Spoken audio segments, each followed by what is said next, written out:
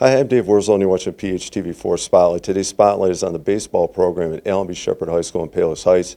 With me on my right, I've got head coach Frank DeFogio. Coach, thank you for being here. Thank you. And then on my left, we have a couple of the athletes on the team. We've got TJ on my immediate left, Corey on my far left.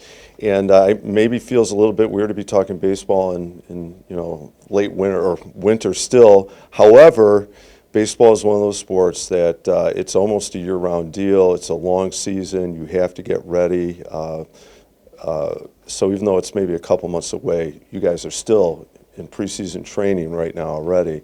So we're going to get a look at that. What does the year look like for the Astros this year on the diamond? Coach, before we do that, can you tell us, what do you teach at Shepard? How long have you been the head coach here? Well, I've been the head coach here for 28 years. I've been coaching 31 years overall. I'm AP U.S. History, Chicago History, and Honors Geography. Wow. I think I'd like to take a couple of your classes. They sound pretty good. Congratulations on 28 years. That's amazing. That really is. I mean, of a major sport to be a head coach that long. I didn't plan to ask you, but what have you noticed about, doing 28 years, what have you seen over that time period, the challenges, and what is it like to carry a career that long? Well, there's lots of challenges. That's why I don't have any hair. If we'd seen you a few years ago, you had this full thing. Yes, I did. No, but I mean, over the years, the kids for the most part have stayed the same. Mm-hmm. It's just all the other challenges that are out there now that really, once I get them on the field, they're the same types of kids. Baseball's baseball, and it's the same type of kids that I had 28 years ago. Yeah, I felt that same way coaching football and coaching track and field. Yeah, there are things around it that change, but the sport itself, even if the sport changes with schemes and strategies, there's still an element to no, it is the sport that it was, or the kids are the kids who they were. Oh, absolutely.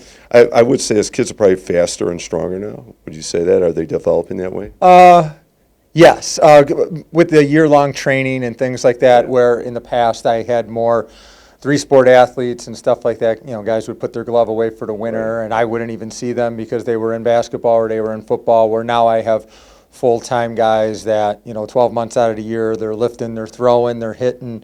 So in that aspect, they're a little bit more polished as a player, but in terms of just pure athleticism, I think it's still the same. Yeah. Okay. All right, I'm going to put it to you guys then. So thinking about where you're at in your career, as a senior, junior, but looking at the preseason, what you've done in the off season, how do you feel about where you're at right now, and how do you feel about going into the season right now? As a team, I feel really well. We have a lot of new guys, a lot of young guys, which is good. It's a really good opportunity for our upperclassmen to take a lead and mentor our new and younger guys. I also noticed that in past years, there's also a lot more people coming to the workouts, and it's good because it starts building the community within the team. Good. So you're seeing a really good commitment level right now, it sounds like. What position you play, DJ? I'm a catcher, and my secondary position is first base. Okay. So you have been busy in this preseason taking pitches already, right? Yes, sir. How about you, Corey? Like TJ said, it's like there's a bunch of young guys there, so we're developing them, and they're getting stronger. So, yeah. So you feel good about the new guys stepping in, too. What do you play? What position? I'm an infielder. Okay. And then, Coach, when you look at it, especially with your longevity, when you look at this team, how do you feel about going into the 2025 season? Well, I'm excited about every season we go into.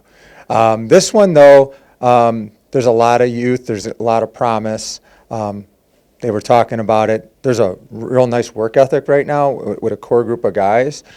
And when there's excitement that's building before the season even begins, that's just going to steamroll into the season.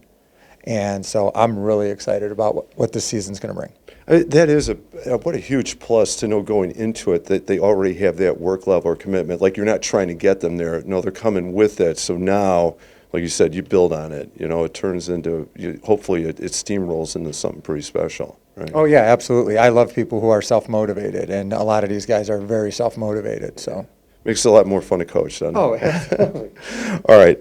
How about looking at the season, and for you too, Coach, I'm going to ask, all the games are important. Maybe the only game on the schedule is the next one. But are there certain opponents you especially look forward to, whether it's a pitcher you're going to face, a batter you're going to face, or a team or a rivalry? How about for you, TJ? For me, I definitely have to say Oaklawn High School. It's a conference rivalry for sure. I like it because they have a lot of left-handed pitchers with a lot of really, really good movement that it makes it a real challenge to hit, and I like the challenge, so I'd have to go Oaklawn. I love the way he embraces a challenge. Like, they've got good left-handed pitchers. He wants to take He's that got the on. scouting report already. How about for you, Corey? Any conference game really, because they're all important. But Richards, because we got to beat Richards, and then Stag because I have a lot of friends at Stag, and yeah, can't wait to play them. I say those are the bonus features to the rivalry, whether it's that rivalry like Oaklawn, the conference, the district rivalry, or you've got friends on those teams and you want to face off against them. Coach, how about for you? Are there are there certain games you especially look forward to, other than all of them? The most important day is this day. Yes. We'll just leave it at that. Okay. No, I'm with you. That's not, the only day, the only one is we have is the one right for us. All right, how about this? I'll turn away from baseball for a second. Do you guys do any other like club sports or activities at Shepard? Yes, sir. I'm a golfer. Golfer? Yep. Can I ask, do you know what your handicap is? Not pretty.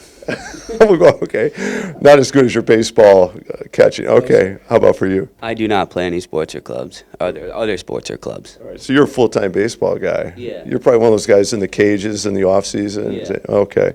How about favorite subject in school? Creative writing. Oh, awesome answer. Yeah. As a former English teacher. Wood shop, What shop? production construction. Yeah. What are you making in there right now? Right now we're making like this coffee holder thing. Oh, yeah. So it's like K-cup mugs, the thing you would put in a Keurig. Yeah. So we're making a holder for those. Okay. I'm hoping you're going to get an A on that project. Yeah? Yeah, I probably will. Okay. And then another question, and Corey, you can answer this too if you want. Post-high school, I know as a senior, enjoy this, you got this whole semester, but do you think, do you have post-high school plans yet? Do you know what you're doing? Yeah, I do. I plan on either attending Indiana University or the Miami of Ohio, Oxford, Ohio. I want to get my major in environmental sustainability studies and urban planning, and I want to take that major and eventually go to a law school back in the city and become an environmental lawyer. Wow, that is great. I mean, what a pure plan vision. Yeah, yeah. Is baseball in your future at all, do you think? Or are you in the bleachers or stands at that point? Only until I have a kid, and then I just want to pass down the love that I have for baseball to my kid. I love it. I love the generational thing. And baseball definitely lends itself very much to that. How about for you, Corey? I don't know what I want to do yet, so I'm just gonna ride baseball out until far as I can. Yeah, take your time. You're a junior. You got some time to work on that one. All right, gentlemen, I'm going to put you on the spot here. All right, this interview's been too soft. Here's the challenge for you. I'm going to give you a situation. I want to know how you'd respond to this. Imagine you're a manager or a coach or a teammate who wants to, have influence on a decision. You guys are in defense, all right? You're in the field right now. You're winning 3-1, but it is the 8th inning. There are 2 outs. There's a runner on second. Got it? 2 outs, you win 3-1. The offense's team, his best hitter is up. He's batting in their 4th spot. He's hit today 2 out of 3 times. He's got a single and a double. They were solid contact hits. Oh, okay. All right. I want to know, what do you tell the pitcher to do now? Do you tell him to pitch like the corners, not give this guy a chance to hit anything, and then potentially walk him and have to face the next batter? Or do you go after him aggressively? What would you do, TJ? Thinking like a catcher, I would go at him aggressively, and you have to best him. If he ends up beating you, that's the result that ends up happening. But stay aggressive, be aggressive, go after him, go get him. All right, Coach, you know what you're going to hear from one of your athletes. Yeah. You're going to have that conversation at the mound. You know We where would, and I'd like to hear stuff like that. Is our best pitcher pitching? Yeah. Okay, so then like TJ said, I'm going aggressive because it's our best pitcher. So he's gonna he's gonna go aggressive at the corners, and if he beats you, he beats you, and that's you gotta accept it. Okay, so you've got your young, I'm calling them young, even though you got a junior and senior. How about, what does 28 years of experience say do in this situation? Okay, so now that you gave me more information, all right, first of all, I chart everything. So I'm already going to know about this kid, how he hits, things like that, because we do scouting reports and stuff like that. We're winning. It's the bottom of the 8th, so we are, Game could be over. it's extra innings right now. We're at their place. I would think about weather conditions. Is it cold? Is it warm? I would think of the field. But the biggest thing was what they just said, because one of the first things I'm going to say when I walk out there is I'm going to ask them, what do you guys want to do? Now, that's only going to be part of my decision, but I want them to believe whatever it is decision that I make. I want them to be able to perform with conviction. If they all believe that they can go get them, then that'll probably weigh on me a little bit more to say, okay, let's go get them. Yeah. So, It's got to for sure make a difference if you know that your athletes are they're in a certain position, like this is how they want to go after it, right? Yeah. And I would agree with you. I'd want to take their input, but you might have some information that might change that. Or I would bring that out there too. You would? Yeah. Okay. I would bring that out there in the conversation. This is what I know about this hitter. Right. This is the scenario. Now, what do you guys think? And if they're all going to sit there and say, hey, we really want to go after this guy, we think we can get him. I think the mental aspect, especially with high school kids, weighs a lot in their performance. Sure. So more than likely, I'll side with them. All right, I'm going to change it for you. You guys don't have to worry about this yet. What if the hits were soft or not good contact hits? What would you do then? Would that make it easier for you to say we're going after him? Oh, yeah. Okay. All right. Thanks, Coach. Well, if you get that situation, you guys know where you're at. You know it's coming That's up. right. Okay. And now that we just said it, some point in the season, they're going to be like, hey, remember that interview where you said that we have input? Yeah, I'm sure. It'll come back. It'll come back. All right. Final question for all you guys. What do you like best about being part of the baseball program at Shepard or coaching the baseball program? TJ, you want to go first? Yep. My favorite part is definitely building a brotherhood with my team and having the aspect of being a leader and mentoring my younger guys. I like how Coach DeFogio challenge us, and he wants us to perform at our best abilities. I also like having the chance to lead people and develop them and turn them into leaders themselves. Wow, Coach, congratulations. You're building quite a culture here. Those are some. Trying. How about for you? What do you like best about coaching the sport? And obviously, you've been doing it for so long. It's got to be in your blood by now, I would think.